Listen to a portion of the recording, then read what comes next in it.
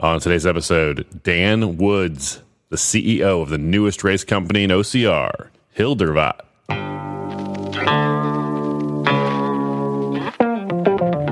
Welcome to the OCR Report podcast, brought to you by the OCRreport.com. We are the only podcast to focus exclusively on the elite sport of obstacle course racing, from Spartan to Tough Mudder to the OCR World Championships, and wherever the elites are racing, we are there. My name is Will Hicks, and this is the OCR Report. Welcome back to the OCR Report podcast. Thank you for listening. My name is Will Hicks, and I am glad you are here. You can email me, will@theocrreport.com. You can text me at 619-485-2726. You can follow the show on Instagram at the OCR Report. Today on our show, Dan Woods. Dan is the CEO of Hildervat. Hildervat does OCR races on the beach or on the lake also, but mainly the beach. I like my OCR like I like my vacation homes, on the beach with a view. We had Dan on last year, just before Hildervat's first race. Dan had wanted to hold his own race for a while, and the timing worked out to hold race number one mid-pandemic. It was a bold strategy, Cotton, but it paid off. Hildervat has their first race of 2021 scheduled for May 22nd, with 4 more races on the schedule for the rest of the year. We're going to talk more about Hildervat. We'll talk with Dan in a minute. But first, I am doing another round of sticker giveaways. If you want some OCR Report stickers, if you haven't gotten some from us yet, text the word stickers to 619-485-2726. Totally free. No need to tag your friends for this one. Text stickers to 619-485-2726. I had to reorder, so give me a week or so, but they will be on the way. Stickers. 619-485-2726. Let's talk some news. Spartan announced the date and venue of the 2021 North American Championship race last week, and people got cranky. Let me back up. For the past 6 years, since 2015, the Spartan World Championship has been held in Squaw Valley, Lake Tahoe, California. It is a former Olympic championship site, competition site, has a beautiful village, very challenging terrain. Spartan loves this venue. For 2021, Spartan has moved the World Championship from Tahoe to Abu Dhabi. The Spartan North American Championship is probably the biggest single Spartan race in the U.S. this year. The National Series is probably bigger overall, but that's 5 races. But if you're picking a single Spartan race, it's probably this one, the North American Championship. You can argue Killington. You can argue whatever you want. Leave a review on iTunes. Shoot me a text. I've been wrong before.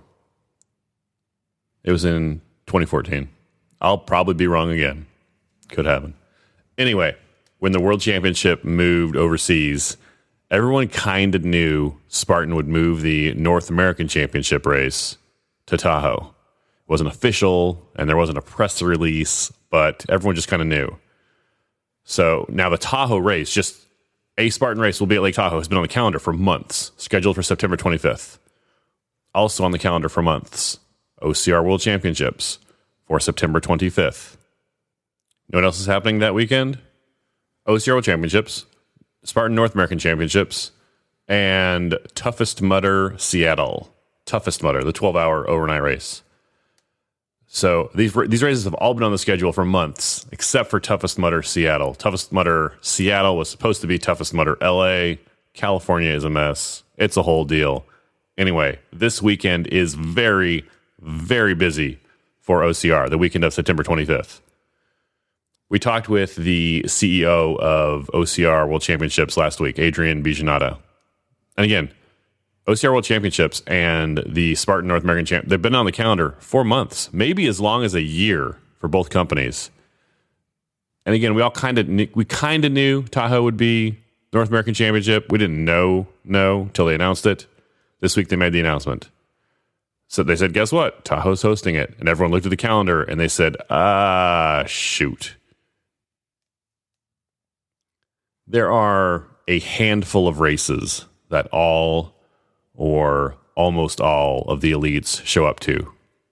Seriously, you can count the huge races, the biggest races in OCR on one hand, and you'll still have a finger or two left over. OCR World Championships and the Spartan North American Championships are two of those races. So we posted about this on Instagram at the OCR report, and there was some pushback from people saying, this is bad for the sport, and why would these companies do that, going after each other? It's bad competition. And I would say, yes, not the best for the sport. No matter what happens, some athletes will not get to race against the most elite field they could have if the two races did not conflict. But as for the rest of it, or that statement, no one at Spartan and no one at OCR WC did this to the other guys. Sometimes things just happen. And I promise you, especially in our trying to get past COVID phase that the sport of OCR is in right now, no one is going out picking a fight over race dates. They don't want the headache and they don't want the reduced revenue any more than you would. So what do we do about this date conflict? Who should move? Who is going to move? Who should move? I don't know. The three companies all have a race on that weekend. Spartan or Tough Mudder just moved to that weekend. They're not. That's going to happen. Who's going to move? I know the answer to that question. No one's going to move. Deposits to venues have been paid. Vendors are scheduled. Plane tickets have been booked. Those dates are set. Those races are happening on those weekends. Nobody's moving. When I am going to run a race, like when I'm scheduling out my race calendar, I'll look at the schedule, I'll write the date down, and then I'll probably forget about it. And then I'll see my calendar, or I'll see a social media post by the company, and I'll remember I need to sign up. And then I'll forget to sign up until like 3 days before. And then I will, no lie, I've done this multiple times. I will buy my race ticket. I've got my plane ticket or whatever, but I will buy my race ticket literally the night before. I've done that more than once. One time I waited till after midnight and you couldn't actually buy the ticket because it's race day. So I had to go and like wait in line at the site. Anyway, it's not like that for the companies. They are locking stuff in years ahead of time. I don't think Spartan or OCRWC is going to change their race date for September 25th. So what are you doing that weekend? Tough Mudder, Spartan, OCRWC? Let me know. 619-485-2726. Hey, is anyone else thirsty? Very excited about Athletic Brewing Company joining the sponsorship family, athleticbrewing.com. Look, it's no secret that alcohol can dull your edge. Like, if you want to be the peak athlete you are capable of, you have to be careful about your alcohol consumption, right? Like, it's literally poison. It's not a secret.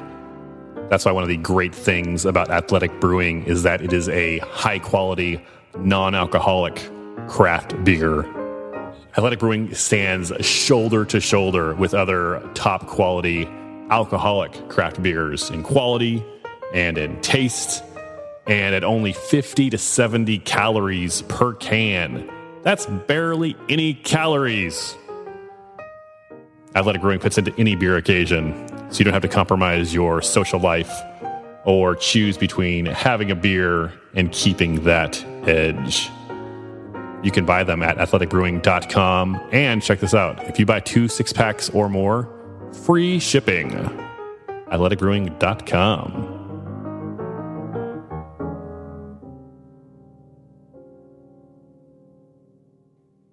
How cool is that, right? Check the show notes for a discount code you can use at athleticbrewing.com.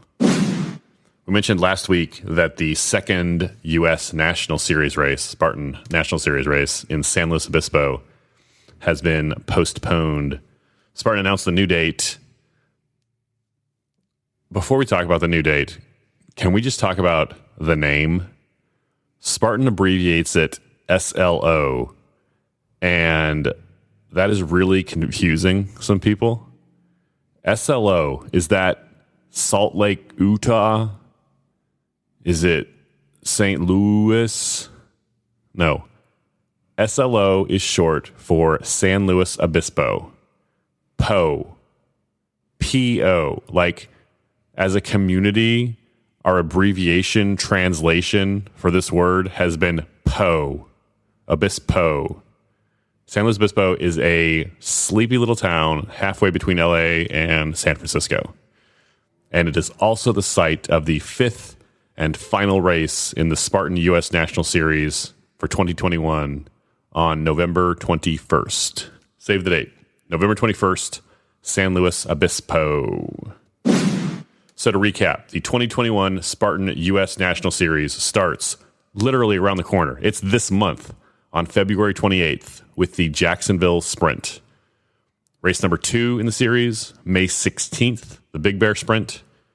Race number 3, July 17th, the Utah Beast. Race number 4, August 28th, the West Virginia Beast. And race number 5, November 21st, the San Luis Obispo Super. Of those 5 races, your 3 best races count this year. So if you miss one or even 2, you're not necessarily out of it. And I said it before, and I still mean it. If you can, and if you feel comfortable traveling to Jacksonville, and I know not everyone is, I'm not judging, there's no criticism here, but if you can, you should race Jacksonville. The field will be lighter than usual. The elite field, not everyone's going to be there. First of all, it's the first race of the season. The first race of the season is always a little different, right? Even in a regular year, but especially this year. You can make some big points. You will have a better finish maybe than you were expecting. Maybe a better finish than you should have, than you deserve. Life's not fair. I cover this with my kids every single day almost. Like, life is not fair. Do not be surprised when it's unfair. Sometimes it's unfair in your favor, and that's great. Sometimes it's not, and you're going to deal with it. It's not going to be a surprise when life is unfair. Life is not fair. You are owed nothing. Sorry about that.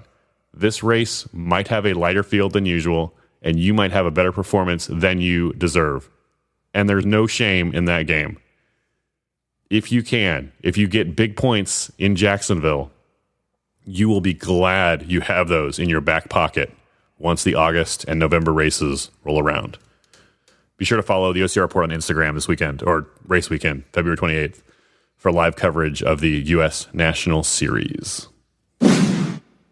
Slightly off topic, but there was a big news story this week about Rod Ponton, a county attorney from Presidio County, Texas. I'm sure you heard about this. Rod Ponton. If you don't know this lawyer, Rod Ponton, would it help to remind you if I were to say he is not a cat? Mr. Ponton, I believe you have a filter turned on in the video settings.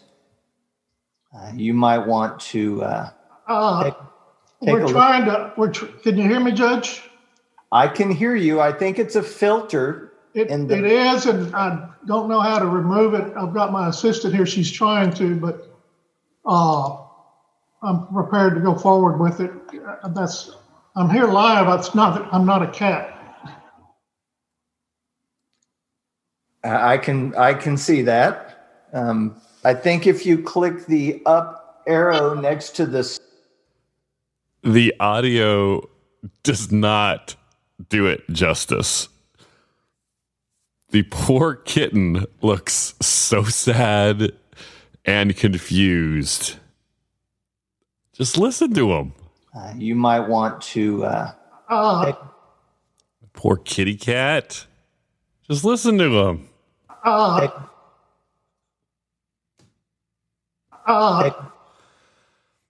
Have you ever like stepped on a Lego? Like you're in your kid's bedroom and maybe the lights are out and you step on a Lego.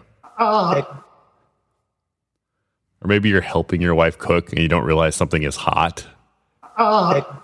That's the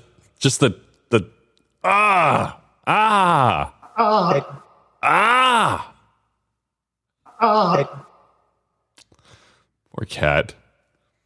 Then the cat asks if the judge can hear him. Can you hear me, Judge? Listen, kitty cat, we can hear you.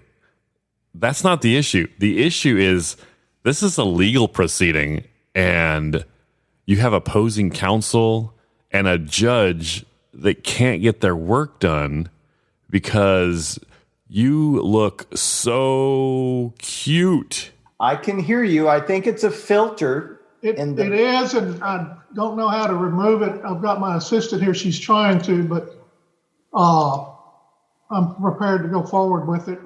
Look, you have to give the kitty cat credit. He's a professional. He's ready to go to work.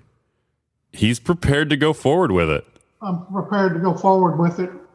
Look, kitty cat, I appreciate your professionalism, but no one is getting any work done around here while you're sitting there looking all adorable.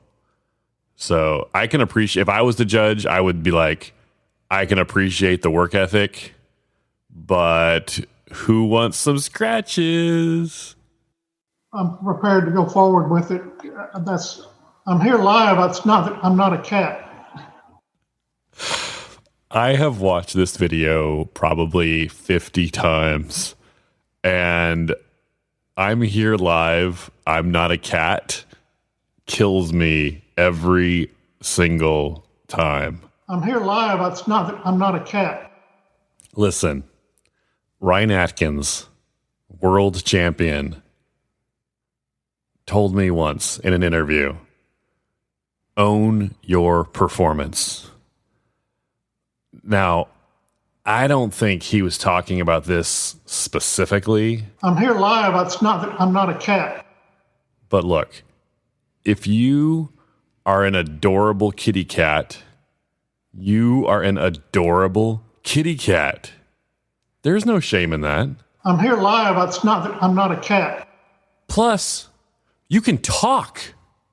How many adorable kitty cats can talk? Almost none. In fact, only one that I know of. And you're a lawyer. I know lots of lawyers. Amelia Boone, world champion, is a lawyer. I've been in courtrooms. I've seen lots of lawyers. And I have never seen a lawyer that was also an adorable kitty cat. I'm here live. I'm not a cat. Instead of denying it, you should be proud of it. Own your performance. When he says, I'm not a cat.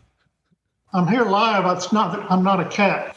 The other lawyer, the opposing counsel, finally cracks a smile at the absurdity of it all. I don't know what you're laughing at, other lawyer. You're about to be out-lawyered by a kitty cat. I'm here live. I'm not a cat. Let's read some iTunes reviews. 5 stars. 5 stars. 5 stars. 5 stars. 5 stars. 5 stars. 5 stars. No new reviews to... Oh, hang on. One just came in. Live from the courtroom. What do you have to say about the show? I'm here live. I'm not a cat. That's not an actual review. Do me a kindness. My birthday is in March. If you enjoy the show, leave us a review on Apple Podcasts, and I will read it on a future episode. Just search for the OCR report on your Purple Podcast app on your iPhone or iOS device. So click our logo and scroll down to click Write a Review. If you don't have iOS or an Apple device, go to lovethepodcast.com/OCR. You can leave us a review. It's time to talk with Dan Woods. Dan is the CEO of Hildervat and is doing exciting things in the elite racing side of OCR. This is their second race ever coming up in May. And when he starts talking about what he's doing, he has 3 waves, an open wave. You guys all know about that. Regular, Joe Schmoes, you and me running. He has an elite wave for people who want to race for prize money. But he also has a pro wave. And the pro wave is invitation only. 6 men, 6 women. They are rolling out those the announcements of who those 6 men and 6 women are. They've already announced 2 of them, and I think we can guess what the third one of those 12. We'll talk about that at the very end. But very excited to see what Hildervat is doing with the pro wave. So listen to that. And then, you know what, after this episode, let me know what you think about Hildervat and this pro wave idea, pro wave concept. 619-485-2726. It's time to talk with Dan Woods. Let's go to the phones. Dan Woods is the CEO of Hildervat, the only OCR company to launch during the pandemic of 2020. Hildervat launched with 1 race in 2020 and plans up to 5 races for 2021. I am happy to welcome Dan Woods back to the show. Dan, how are you? Great, Will. How are you doing today? I'm good. The last time we talked, it was 6 months or so ago, and you were planning to launch as far as I know, the only race series to launch during the pandemic. How did race number 1 go? Well, yeah, I appreciate it. Thanks for having me. I think the last time we talked, I think I was 2 days out from the race, and so it was a little hectic. I remember driving around, and I was picking up obstacles and things, and so it was a little crazy. And I think that I didn't know what I didn't know at that point. So last year was obviously a difficult year to start up. Who would have known that at the beginning of the year? But we pushed through and had several dates cancel and venues cancel, but we finally got one in October, and it was really pretty fantastic. I mean, first race, there's always challenges, always things you can't foresee. So we knew that going in, but we really just wanted to get one out there and put one on the beach. We were able to set up this race with 15 obstacles on a 1.5 mile out and back, so a 3 mile total course with tides and sea turtles and in a 1-day build.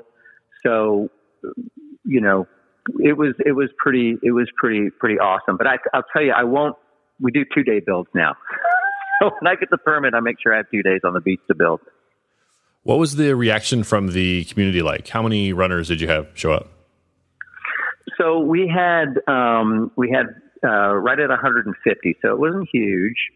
But looking back, that's a pretty good number for 2020, especially in October when everyone was just like, I don't believe it. There's not going to be a race. I mean, I think everybody just really packed it in by then, and so it was really a blessing for us too, Will, because we didn't have a huge amount of people. We weren't overwhelmed, so we could really take a lot of input and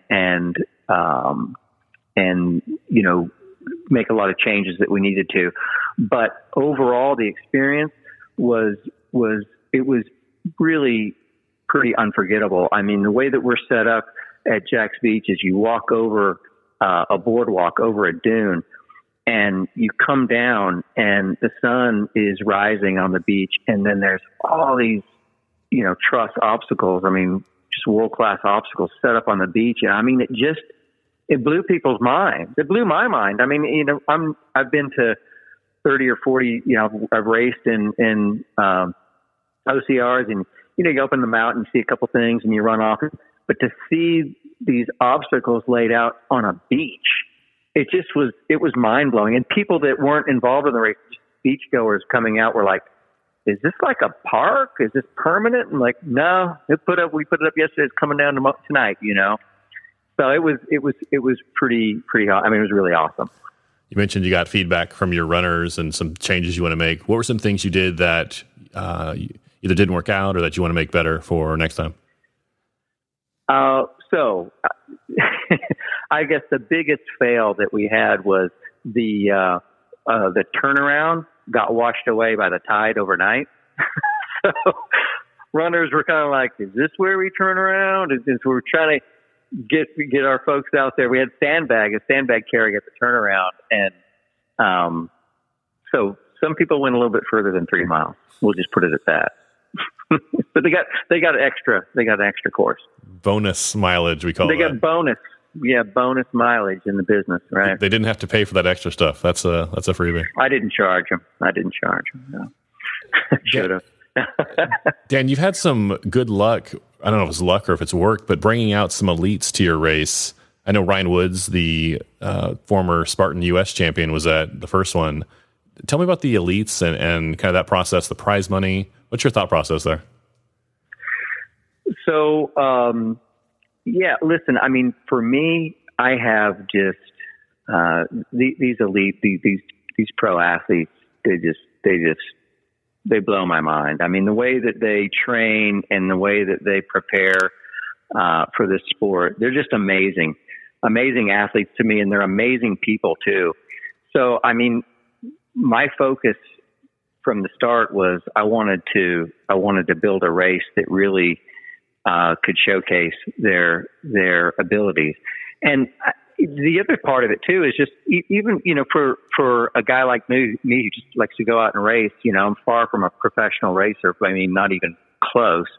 But I do like to work out. I do like to train. I do like to set goals, and I love to race. And, to be able to have a venue and an event, and what's more fun than coming out to a beach, and it's a destination race.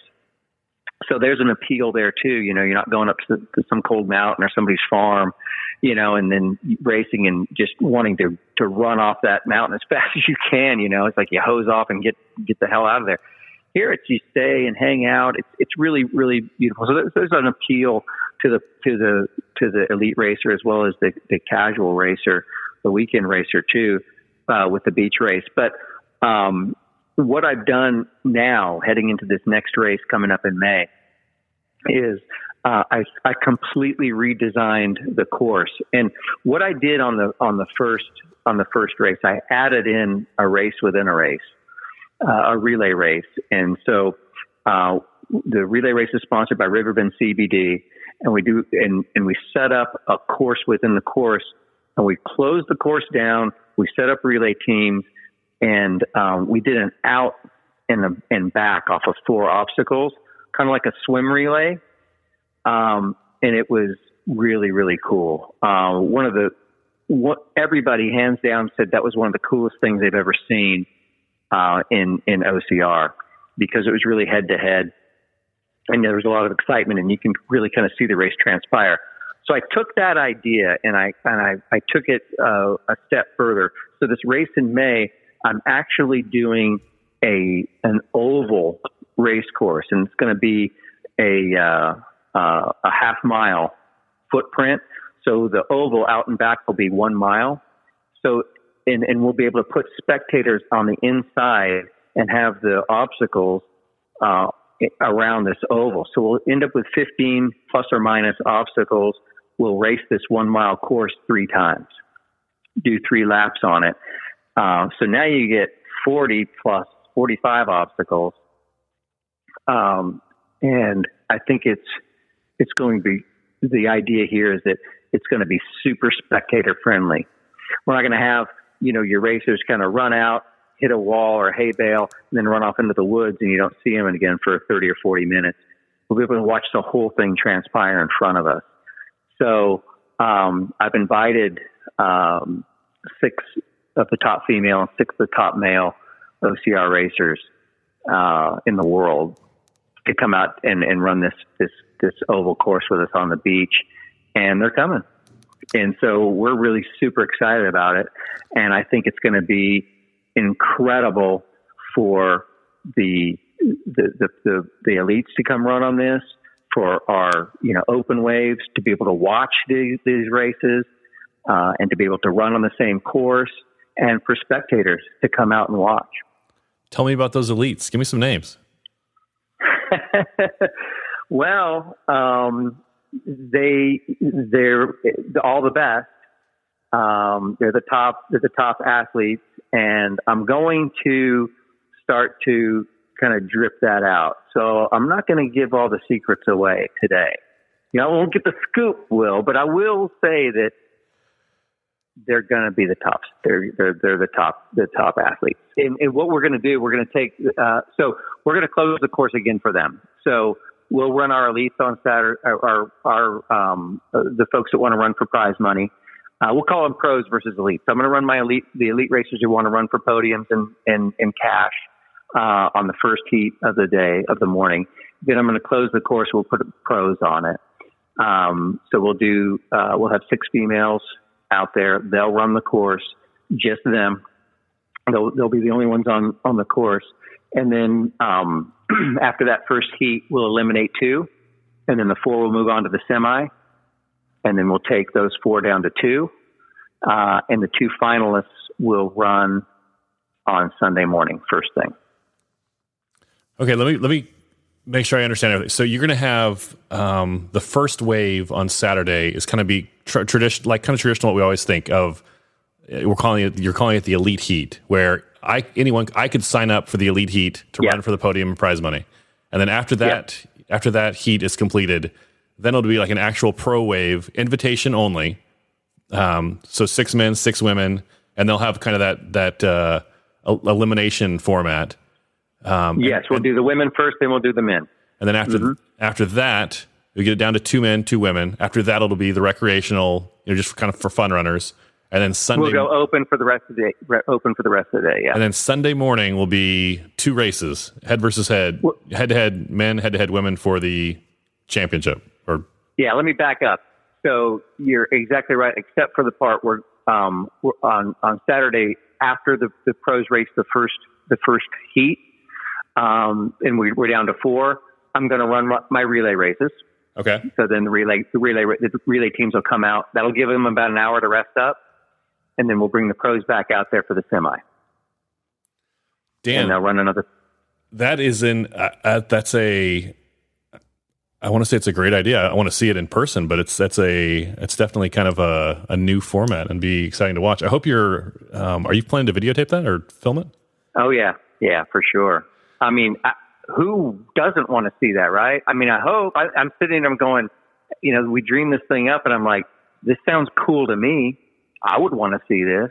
This is exactly what I'd want to go see. And then I can go run the course after they get done. I mean, yeah. And then it gets a little bit better. So on Sunday, we'll do the final. So it'll just be the 2 female, first thing in the morning, 2 females will run it. Then the two finalist males will run it. Then we'll crown the champion. We'll take the bottom 2 finishers, the bottom 2 females from the day before, and the bottom 1 male that evening. They'll divvy up and draft teams, and we'll put 2 female, 2 male teams, 3 teams each, and then they're all going to go run one lap each. With the 4 members, whoever crosses first, winner take all on the relay race for prize money. So we get to see the pros run a lot and kind of run it in a different format, and then do a 1 mile sprint on a relay race. Dan, tell me about the prize pool for this. What are the pros racing for? What are the elites racing for? So pros are going to first prize is $5,000. Second is $2,000. Third is $500. And third is $1,000. So $5,000, $2,000, $1,000, and then if you advance in the first round, you get $500. So, and then the third place winner of the semi-final heat will get an additional $500. So it'll be $5,000, $2,000, and $1,000 for second and third. And really, it sounds like fourth place is $500, even though it's technically not. Fourth place is $500, right? Sure. And what about the elites, that first wave on Saturday? 500 first, 250 second, 150 for third, and top masters, male and female, 150. What age does masters start for you? 40 and up. And then for the relay race, for the relay team, 600 for the first place relay, 400 second place, 200 third. Dan, this is quite the prize pool for your second race. Well, we're trying to really kind of reward these athletes. And I really think it's about the athlete, and put some good incentive out there. I think they deserve it. And we just feel like that's the direction to go, instead of maybe putting a little less money in our pocket, put a little more money in the athlete's pocket and bring them out. And I think that along with this really spectator friendly format, now we can watch them race the whole thing. We can see if they struggle on something, what they're good at. We can watch the whole race transpire. Did somebody go out too fast? Are you behind? Do you need to take maybe a risk on this obstacle, try to catch up? Obstacle failure, you just have to redo it. So you have to do 100% complete for the pro and elite heats. Let's talk about that race in May. What is the date of the May race? May 22nd and 23rd. And where is it? Jacksonville Beach, Florida. This is where your first race was last year, right? It is, yes. Yeah, we wanted to make sure it's nice because I can come back. It's my hometown too. So that makes things a little bit easier logistically for me, obviously. And then also having the familiarity of the beach and the course and the tides. To do a big race like this, in a brand new venue, would be pretty risky. So, it's good to be back into a familiar place. A lot of people listening right now, you mentioned the tides a couple times. Like, what is the big deal about the tides? Like, but there's a beach that I run on here in San Diego where if you run during the right time of day, it's a beautiful run. If you run at the wrong time of the day, when the tides are high, you're literally just scrambling over rocks and there's nowhere for you to run. The tides can be a huge factor for running on the beach. Yeah, they are a huge factor. Tides are a huge factor. So you've got the timing has to be right. The time of year has to be right. We're pretty fortunate here. Jacksonville's got a nice wide beach, especially where we do it. It's nice and wide.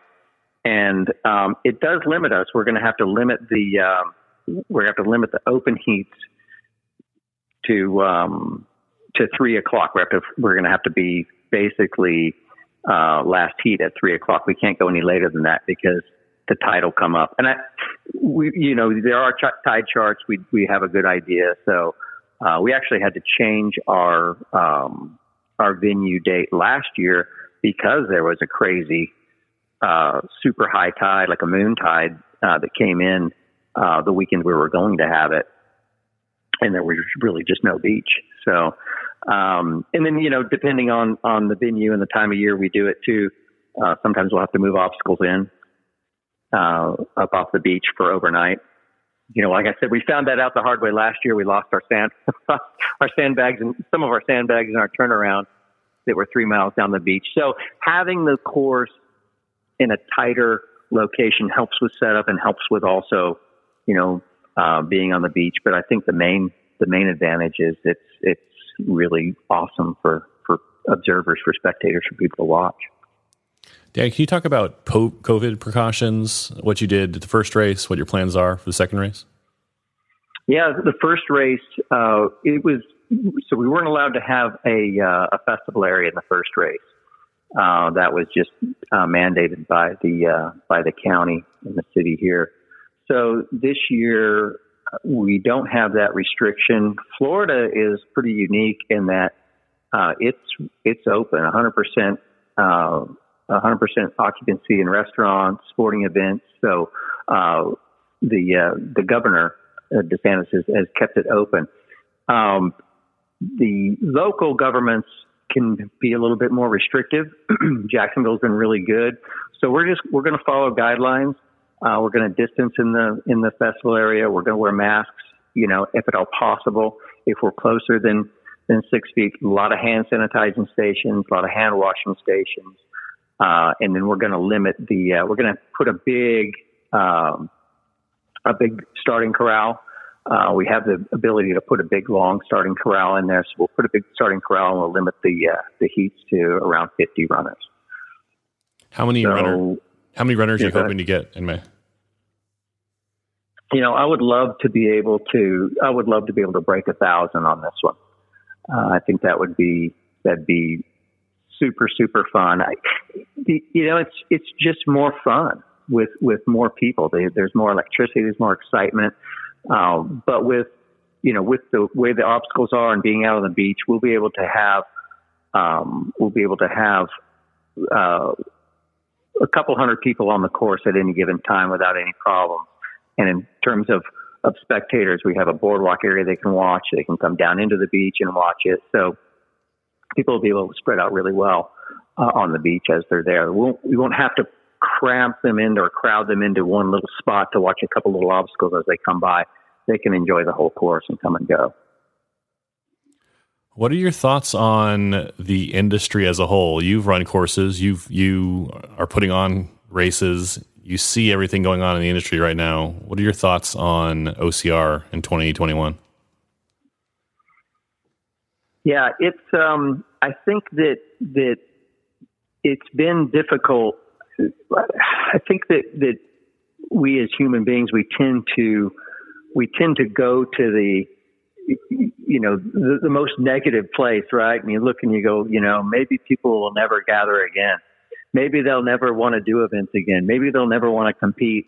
But I think that is it's just counterintuitive. I think people really want to come back. They're really expecting to come back, and I think it's going to I think the floodgates are going to open. The sport of OCR. I mean, for me, as a swimmer and then a runner and everything in between, when I found OCR, to me it was just in terms of training and the type of things that you do, body weight movements and functional fitness. It's fantastic. And then you combine that with the related sports like CrossFit, and Ninja Warrior that are unbelievably popular. And, those have been, closed down and even road races have been difficult. So I think that, what I'm trying to do is it's pure OCR. I'm doing OCR races, but I'm really combining in some of the workouts that CrossFit might have in my course, trying to put super difficult and extreme upper body obstacles in my course, like Ninja Warrior, and really kind of crossing over. And I think that if you build it, they will come. People will come and want to enjoy these events. Dan, I couldn't agree more. I feel like especially the second half of 2021, it's going to be like a rubber band snapping. Everyone's going to be we're going to be surprised at how many people just want to get back to being around other people again.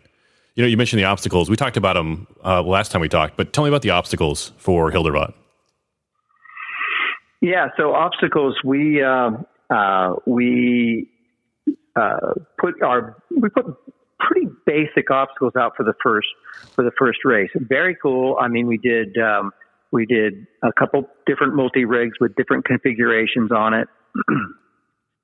We have A-frame cargo, vert cargo. We have sandbag hoist. You have all the staples in there, but now having coming into this next race, what I also did is I met a gentleman who's also doing an obstacle course race. He did a startup. He has his first race actually this Saturday, OCR Overload in Waldo, Florida. His name is Aaron Frank, and Aaron is a builder extraordinaire. He's built obstacle courses for a number of companies, but he's fantastic. So I was able to meet him through our race and work with him. So this guy's a mad scientist, man. I mean, we're going to, I've got to, when you have the aluminum trusses, you can put them in any configuration you want.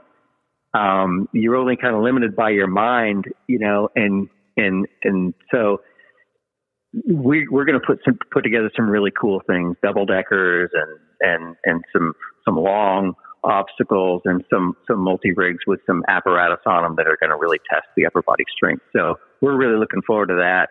And I think it's going to be fun. One of the other unique things that we do at my race too is we have an axe throw, which was actually Ryan Wood's demise in the last one. So I kind of feel bad because of the place that we located that axe throw. If you missed it, then it would be hard to make up ground if the other guy behind you made it. So, but that's part of it, So the axe throw is kind of unique. It's a hard rubber axe. It's a practice throwing axe. And I threw it a bunch and tried to stick it into hay bales and different targets, and it was hard to stick because it's one-sided. So you just throw it to a metal target, and when it hits the metal target, it makes a unique metal sound, and that's a successful throw. So the axe throw is pretty unique to us, and it's pretty fun. So the axe does not have to stick. It just has to. It's an aiming type obstacle, an aiming skill.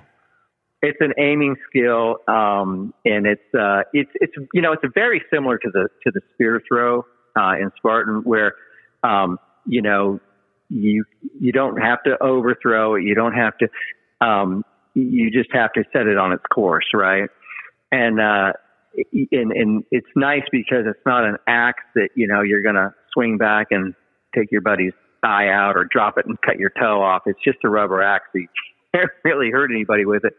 But yeah, instead of trying to stick that thing on one side, you make the sound, and it makes a unique clinking sound. So when it makes the sound, you move on. So it's pretty cool. But it's the same type of challenge where you're like, oh man, my heart rate's up. I got to release this thing. You got to fight the yips. It's fun. It's a challenge. First race this year, May 22nd and 23rd. Tell me about the rest of the race calendar for Hildervat this year. So we were looking at June in Daytona Beach, which we're really excited about. Daytona is a really cool setup. Obviously, famous Florida beach. It's got everything right there on the beach for you. I mean, Hard Rock and Joe's Crab Shack and whoever else wants to sponsor us. I'll take their names too. They're awesome, though. It's a great spot, wide open beach. So we're really excited about that. They've got a place called the Band Shell where we can set up our festival area, and it's going to be super, super fun. Same format where we do the oval race where it's tight and we can see everybody. So we're excited about that one. And then we're just making sure we don't have any problems with the little sea turtle creatures. We want to make sure that they can hatch and get in and out of there fine. So that barring any new nests, we're going to be good there. So that's pretty exciting. Then we're going to go inland to a lake in Sebring, Florida, which is another pretty iconic place. They have a raceway there too. But we're going to have this on the beach, on a beach on a lake. And the cool thing about this venue, we're getting real excited about it, is because with the lake, there's no tides. So we're going to put 3 or 4 obstacles out in the water. So we'll wade in waist high or chest high or so, maybe even do a little bit of a swim, do a rope climb, do an A-frame cargo that's floating, and maybe even a Herc hoist in the water. Navy SEAL style. So that's pretty exciting. And then we're looking at we've got another possibility of a South Florida beach, but that one's still in the early stages. And then the last one, we're looking to do a championship series race with a couple of the local races here in Florida at this incredible site. Was previously a Girl Scout camp. They've got 250 acres along a river with a lake, and just a beautiful, beautiful venue. So we'd like to do a big blowout, a 10K, 5K championship with relay races, and have a relay race series championship in the evening under the lights. So a lot of unique things, a lot of fun things that even if you weren't racing or you were injured or you couldn't, whatever, you just don't race, you would love to come out and watch. Dan, these are exciting plans. You mentioned your CBD sponsor earlier. What are some other partners you're working with? So we're working with Veejay Shoes is helping us out with this May race, and we've got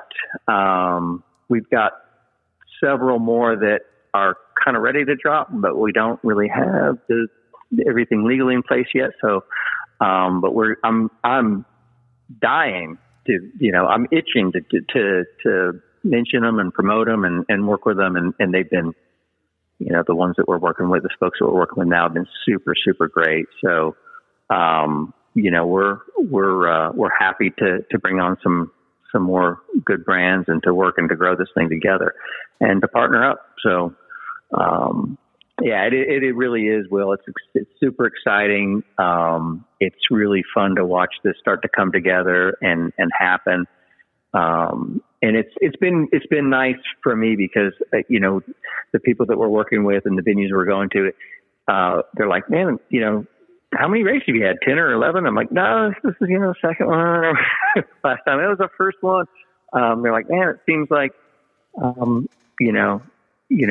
you've been around forever, but I think that's it. Overnight success has been around for 5 years. Right. So how can people follow Hildervat on social media? So we are, our website is hildervat.com, and we are at Hildervat Race and at Hildervat Race on Instagram and Facebook. So come on out and friend us and follow us, and you'll get all the information. We're going to start putting out this week. We're going to start putting out. You'll see. Kind of a similar theme with everything. You'll see a sunrise on the beach, and when you click on the story, you'll hear the Viking horn go off, and that way you're on the Hildervat train. and then we'll have our messaging after that too, where we're going to talk about explaining how the race works for the pros, and then we'll start to drip out and let folks know who the pros that are coming out, who they are. And so it's going to be pretty exciting. Dan, any last thoughts on Hildervat 2021? Yeah, I just think that like before, I think that the mindset for folks, it's like, hey guys, we can race. Florida's open. We're open. We want to bring you these races, and we want to be able to support the athletes. We want to be able to support the racers and the folks that come out. So come out. Our costs are low. I mean, we're well under $100 on our race. So you're not talking about $200 for a sprint or $189 for a sprint or $159 or whatever it is. It's affordable. It's here. It's in beautiful places. So come out and support us and help us grow this thing. And we're just going to keep, the plan is just to keep providing more and more races for everybody. We're super excited. So our team, George and Renee and the team here, we can't wait. We can't wait to bring you more and more stuff. So, but we need you to come and enjoy it. So come on out. The first race this year is May 22nd and 23rd in Jacksonville Beach, Florida. You can sign up at Hildervat.com. Dan Woods, thanks much. Will, always a pleasure, my friend. Thank you so much.